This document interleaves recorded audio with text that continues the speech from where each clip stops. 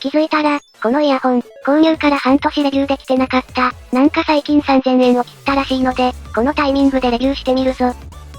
というわけで、やっほ、イヤホン買ってるかい？ふぐみかんのイヤホンレビューの時間だよ。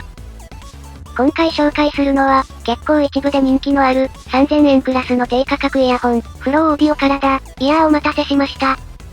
からは、高級機みたいな、滑らかな樹脂外装と、独自の 10mm ダイナミックドライバが組み合わされた、入門機としてもおすすめのイヤホン。そのサウンドキャラクターは、高音域がくっきりと出つつ、深い低音域を表現できる、中低音域寄りながら抜けもしっかりと感じられるバランスになっているぞ。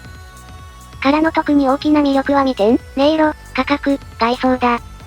外装は、高級毅然とした天然石彫の模様が浮かぶ樹脂製、3D プリンタ製の外装に、オンデマンド印刷で用意されたっぽい FP が組み合わさっている。よくよく見ると、結構印刷の目が荒い。これは、QKB イヤーインクでも指摘した印刷品質の問題で、オンデマンド印刷でこの手のプレートを印刷すると、ちょっと目がいい人なら、印刷品質がザラザラした仕上がりになる、というパターンが多い。これは決してコストをケチってるわけではなく、10万円近いキネラナンナ 2.1 の、音の追うステッカーもこんな感じの画質だったので、この方法で作られたフェイスプレートだとよく見られる現象だ。ただ、図形やイラストを描くのには不向きな品質なんだけど、からのような不明瞭なパターンを描く場合、あまり違和感のない仕上がりになっている。これはこれで味があるフェイスプレートと言っていいんじゃないかな。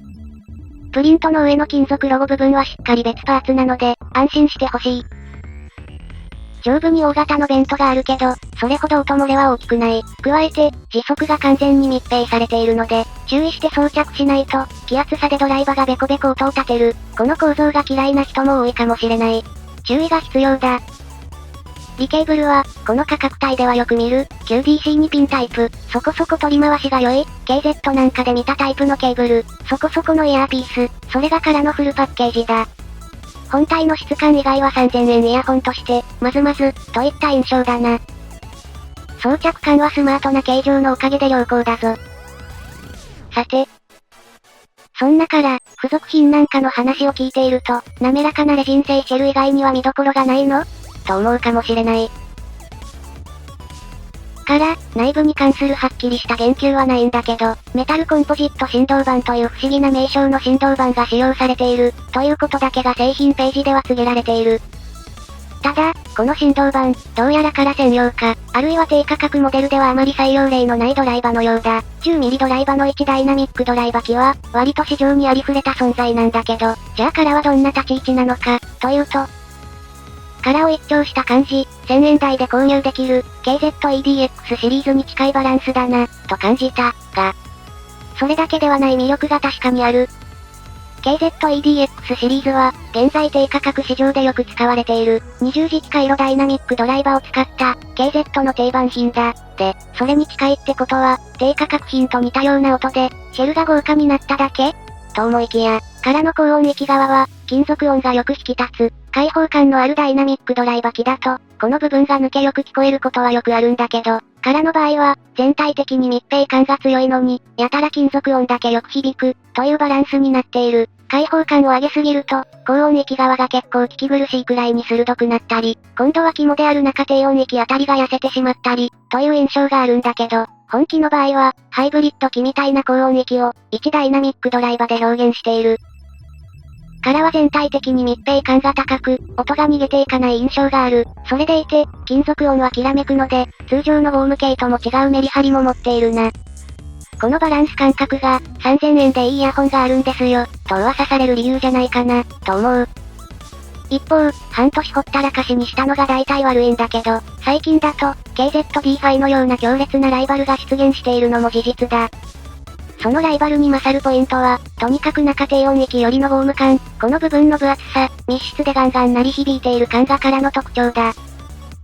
ひとしきり全てのジャンルを聞いてみたけれど、密閉感、ウォーム感の強い音色、ただし、高音域というか、金属音がぐいぐいきらめくので、重苦しさや暑苦しさを感じない仕様になっている。複数の楽器が鳴った時も、高音域側がスッキリしているので、そんなに重たかったり混ぜっかえされている印象がなく、しっかり書ききれる印象だ。おそらく、以前流行した、レジンシェルイヤホン、A2 が好きな人なんかは、からも好きになれるんじゃないかな。加えて、A2 で結構粗さがあった高音域や、妙に柔らかい反響感のあった低音域が、しっかり整理されているので、そこら辺の進歩も感じるイヤホンだ。A2 はノズルが長すぎたからああいう音になってたところはあるけど、装着感、音質、外観、3拍子揃っている。弱点は KZ でもないのに QDC なところ。そして、耳に押し込む時に注意しないとベコット内部で振動板が変形する音が聞こえることくらいだ。